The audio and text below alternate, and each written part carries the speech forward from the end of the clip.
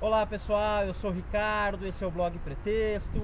O nosso convidado de hoje é americano, mas ele adotou o Brasil como lugar para viver, para trabalhar e para explicar um pouco a visão do americano em relação ao Brasil. É o jornalista e escritor Matheus Schurtz. Olá, tudo bom, Ricardo? Tudo bem. Matheus, obrigado, viu, por ter aceitado o convite. É um prazer. Matheus, você veio para o Brasil em 1976, no intercâmbio, né? Fui pro Mato Grosso lá, Dourados, né? Como é que era o Brasil em 76?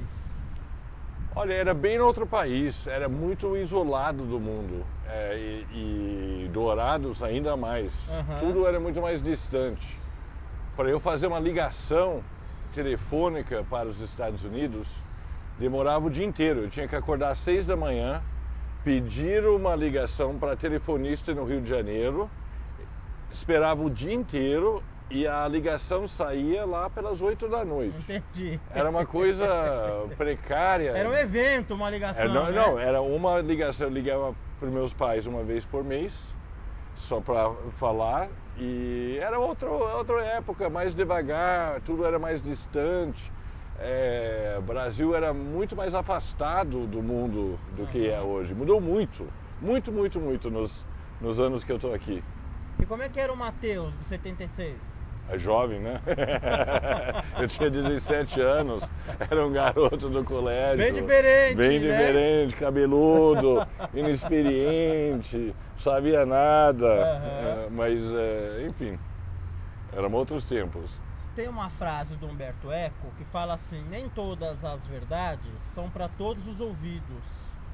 Qual verdade você acha que nem todos os brasileiros estão preparados para ouvir? Uma verdade sobre o Brasil.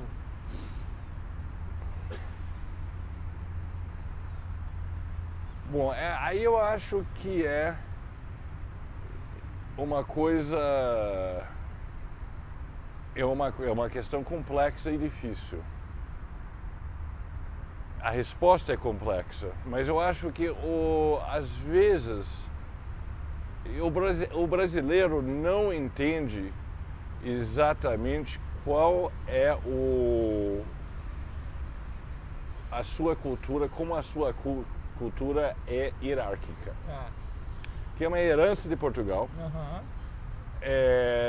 e que às vezes ele gostaria de fingir que o Brasil que a cultura brasileira é igualitária, e ela não é. Eu acho que não é. Eu acho que há uma herança, e que seria melhor se para o Brasil que essa hierarquia cultural fosse mais entendido, porque ela não é necessariamente ruim, é uma maneira de organizar a cultura. Entendi. Mas ficar sempre fingindo que todo mundo é igual, e quando não às vezes dá problema. Entendi.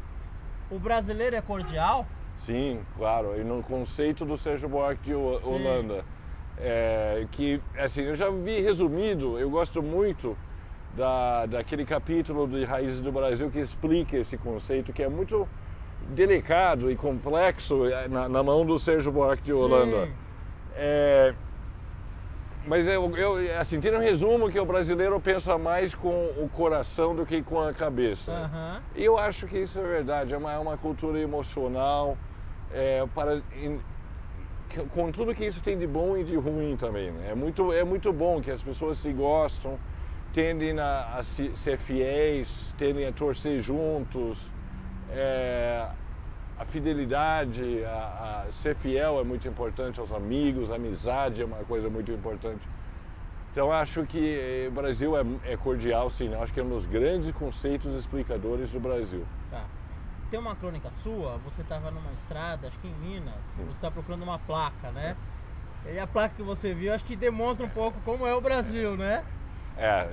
Essa história é engraçada, porque eu estava num pedaço meio perdido de Minas Gerais, na fronteira de São Paulo, e eu estava mais perdido ainda.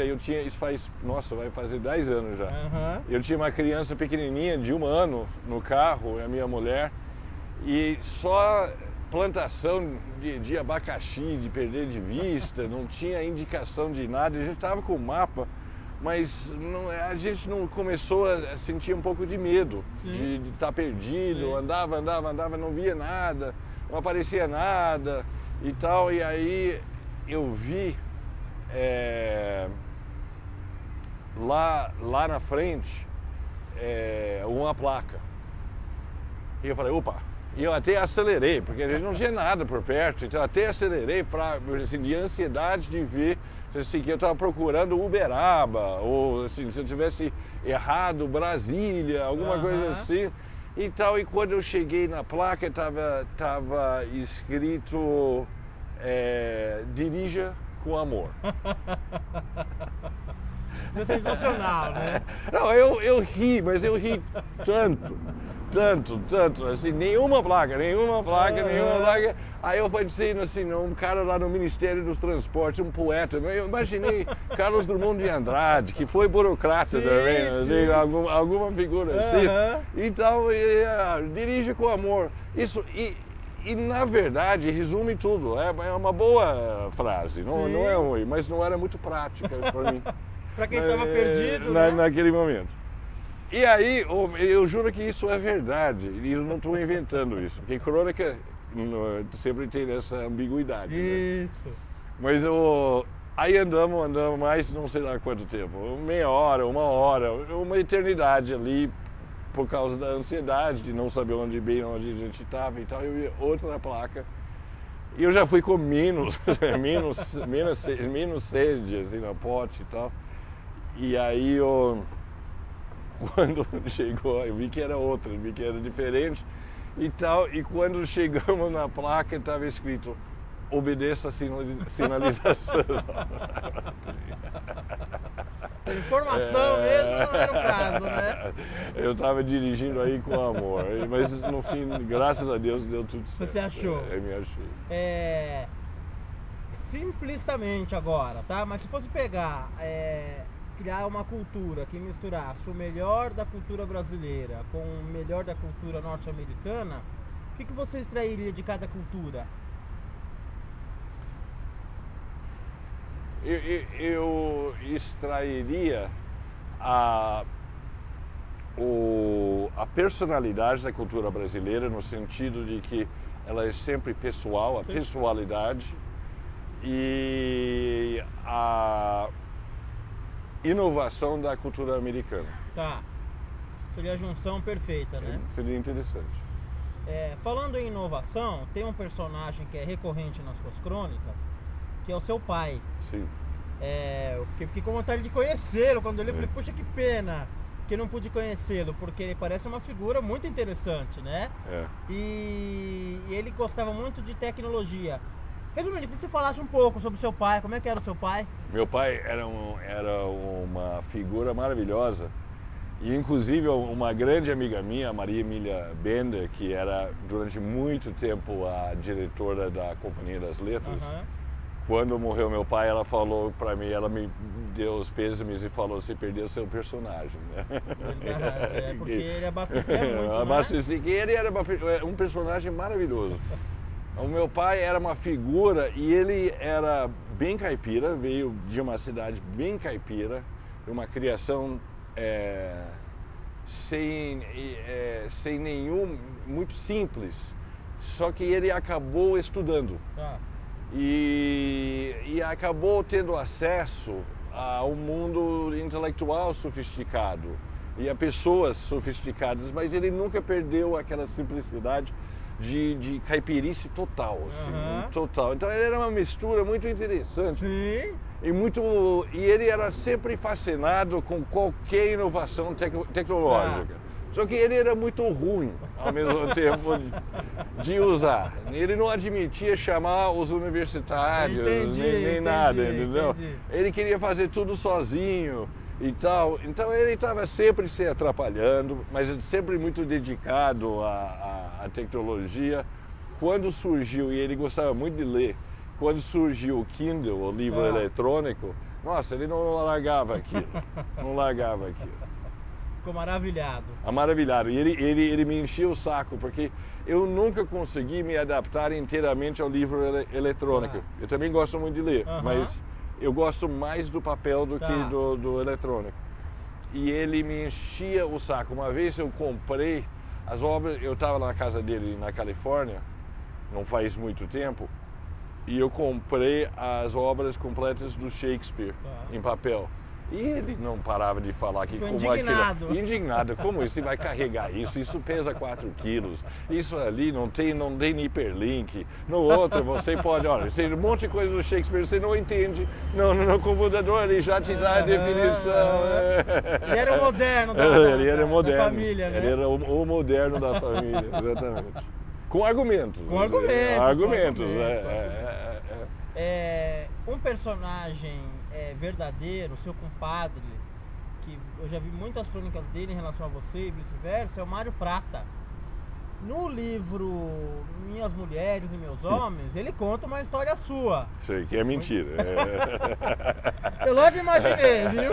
Ou que fosse mentira, que você ia mentir, né? Não, peraí. Minhas Homens e Mulheres tem bastante verdade naquela história. Estou pensando na história que ele conta no Diário de um Magro.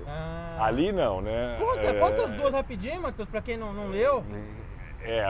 Tem uma história, se não me engano, Minhas Mulheres e Meus Homens, é a história do cheque, né? Isso. E você estava num bar, e teve uma época que eu bebia bem mais, e eu era mais boêmio, e era muito amigo do Prata. E eu estava num bar, e eu não sei por que eu estava sozinho no bar. Alguém me deu um cano. E aí eu fiquei no bar esperando, acabei tomando umas e outras e tal, e quando chegou a conta, eu fiz um cheque e eles não aceitaram o cheque, era o último cheque, eu estava sem dinheiro, o cheque era R$ 89,00 que eu escrevi, eles falaram que eles não podiam aceitar 0. Eu briguei, eu falei, mas como não pode aceitar 0 centavos? Quanto é a conta? R$ 89,00. E quantos centavos? Nenhum centavo. Então tá aí. Ficou nisso uma meia hora. E eu falei, olha, eu sinto muito, mas eu não tenho como pagar. Bom, senão não vai chamar, não sai daqui. Eu vou chamar a polícia. Aí eu falei, bom, chama a polícia. Aí foi um negócio. Aí eu falei, não, melhor, eu vou ligar para um amigo meu que mora aqui do lado. E eu liguei pro Prata e ele só ria. E veio e me escreveu, me emprestou dinheiro. Essa é a conta. Essa é verdadeira. Essa é verdadeira. A outra, que eu não lembro direito, mas a outra é que eu teria uma prática sexual de pular do armário em cima das gordinhas. Isso não é verdade. Não é verdade. Não é verdade. Mas é muito engraçado do jeito que é contado no livro do Prata. Só a chance agora de revidar. Tem alguma história do Prata? Tem muitas histórias do Prata, mas eu já escrevi todas, eu acho. Aliás, tem uma coisa muito legal para você, que talvez você deva, já que você entrevistou o Prata e você deveria entrevistar o Paulo Caruso. O Paulo Caruso vai lançar um livro agora sobre que é o caderno de viagem do Paulo durante a Copa do Mundo de 94. Em 1994, a Copa do Mundo foi nos Estados Unidos, como se sabe.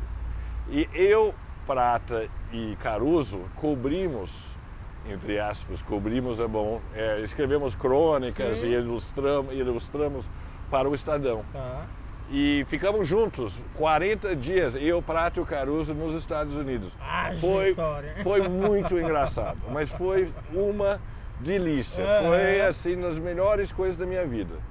E aí o Caruso desenha compulsivamente. O tempo inteiro. Se estivesse aqui dando uma entrevista para você, ele vai desenhando. Ele é compulsivamente. E é bom, além do ter, é maravilhoso. É genial. E aí ele guardou tudo isso e fez um livro que ele vai lançar agora, logo mais, no fim de 2014.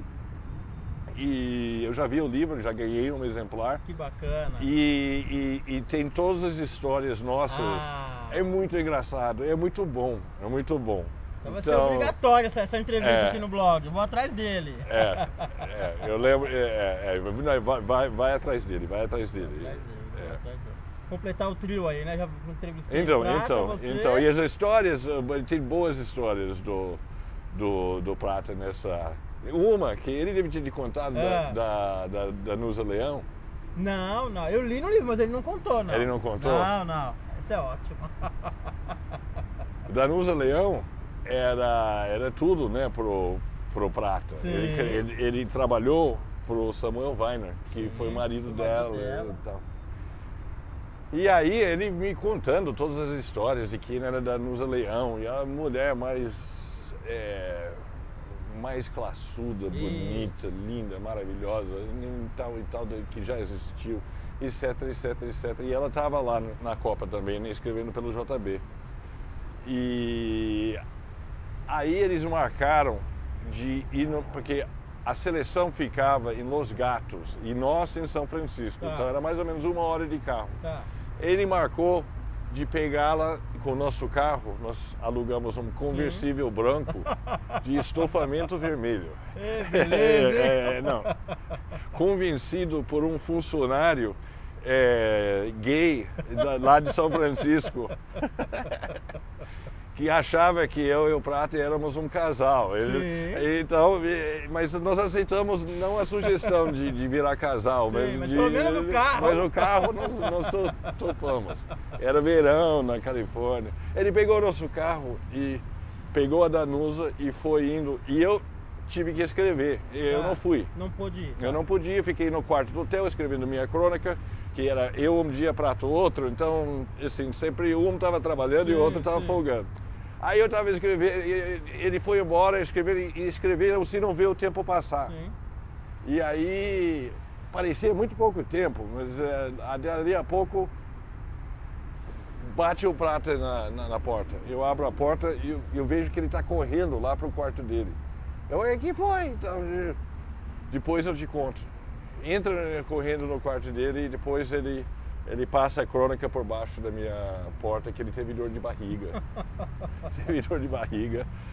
Parou várias vezes para ir no banheiro, isso com a Danusa Leão, com aquela coisa classuda, ele tendo que parar, ele estava com diarreia, e aí ele não parava, e finalmente ele largou ela no meio da estrada. Ela pegou um táxi no meio da estrada e foi para a festa. É muito azar, né? Muito azar. E a crônica é de morrer de dar risada.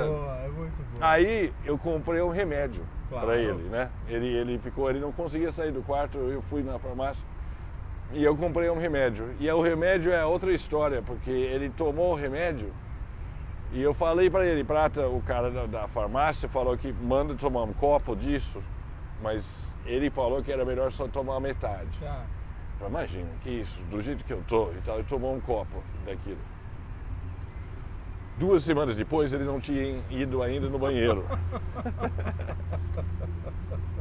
O efeito totalmente contrário. Toda uma história disso. E aí veio um amigo dele, de Cabo Verde, 6 meses depois, teve o mesmo problema no Brasil. O escritor Germano Almeida. Isso, eu lembrei, o Germano é uma figura maravilhosa. Foi primeiro-ministro do Cabo Verde e o Prata, quando morou em Portugal, conheceu o Germano Almeida, um grande escritor, tem vários livros, e o Germano veio aqui promover os livros dele e tal, e comeu alguma coisa estragada logo na noite anterior ao voo. E aí o Prata falou, Germano, eu tenho esse remédio, e contou a história da Copa. Eu tenho esse remédio aqui, mas ó, só toma metade. E o Germano, tem um detalhe, o Germano tem literalmente 2 metros de altura. Ele, não, nada menos, assim, né? Um gigante e tal. Imagina a Prata. Pratinha. Tamanho, tomou 2 copos daqui. 2 semanas depois toca o telefone, é o Germano ligando de Cabo Verde. Ô, Pratinha, você tu voltaste a cagar algum dia? Sensacional. Rodou o mundo. Muito bom. Matheus, você é redator-chefe da revista National Geographic? Não, eu já fui. Eu já fui. Fui 12 anos. Eu lancei a National aqui, dirigi a National durante 12 anos. Hoje eu sou apenas o editor de projetos especiais. Tá, eles me aposentaram. Mas você é muito ligado a essa questão de sustentabilidade. Eu sou redator-chefe do Planeta Sustentável, que é um grande projeto aqui da Editora Abril, que reúne todo o conteúdo sobre sustentabilidade, que é produzido por todas as revistas da Editora Abril. E a gente reúne isso, faz eventos, publica livros e tudo. Eu fazia isso, ia à Veja São Paulo, escrevia a coluna na Veja São Paulo e editava a National. Teve um momento que eu tive que escolher. Isso. Dá para abordar, eu sei que dá, você consegue isso, mas como é que você aborda um tema que é importante, mas se não for bem desenvolvido, tende a ficar muito chato, muito academicista? Como é que você faz para tornar esse tema agradável? Olha, é muito difícil e a pergunta é excelente, porque é o nosso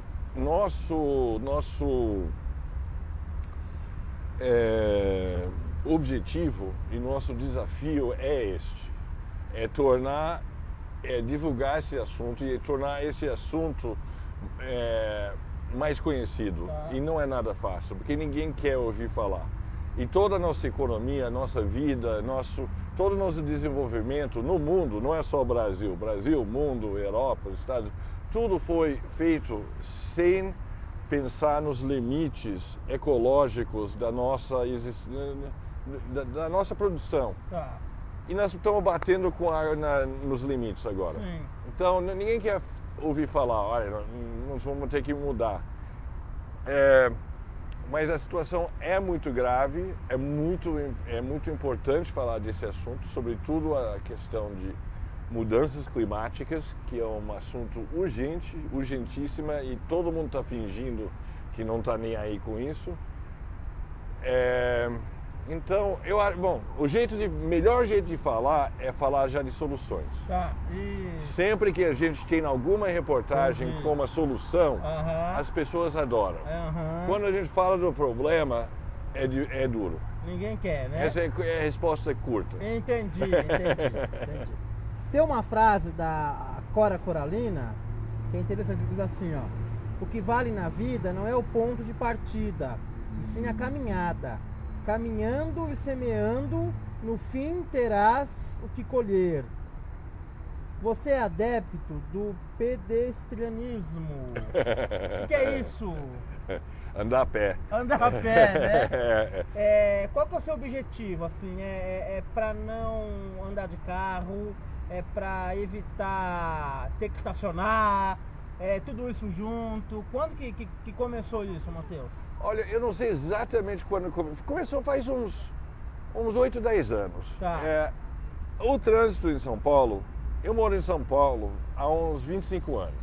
E quando eu cheguei aqui não havia muito trânsito, não era um grande problema. E foi piorando com muita velocidade. Sim. E de uns tempos para cá ficou insuportável. Eu peguei e comecei a ficar com ojeriza de carro, de ficar parado no trânsito.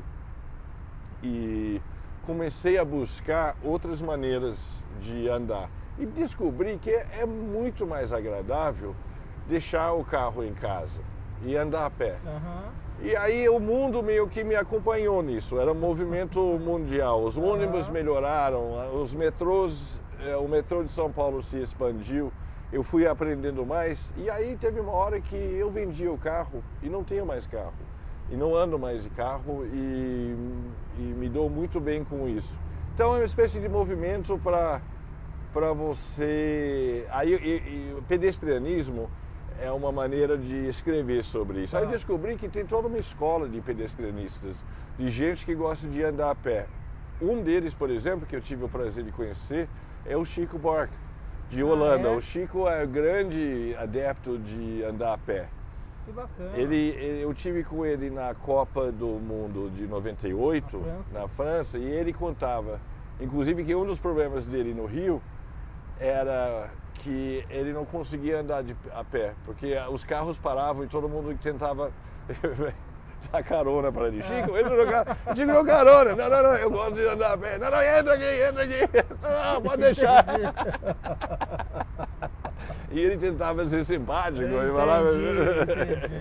Mas enfim, né? E uma vez que você começa a andar a pé, é muito bom, porque eu posso ler no ônibus, posso ler no metrô, e é bom para ter ideias. Para quem precisa escrever, andar a pé é muito bom, você não precisa prestar atenção no trânsito, sabe? É obrigação do motorista, né? E aí eu adoro, me viciei.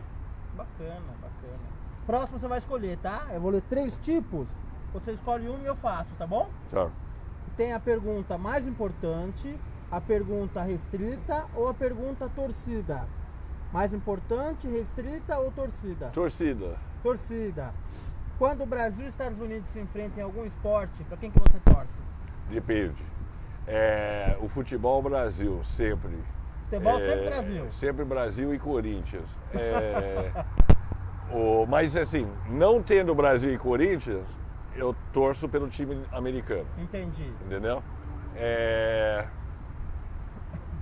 Depende do... Normalmente eu torço pelo Brasil. Em alguns momentos eu não consigo não torcer pelos Estados Unidos. Talvez um dos momentos, quando os Estados Unidos está jogando basquete muito bonito, aquilo ali para mim é difícil de resistir. Entendi. E aí quando você tem algum time americano de Olimpíada, alguma coisa assim, muito bacana, eu tenho dificuldade em não torcer para os americanos. Mas também não é bobo, né? No basquete até eu torço para eles, né?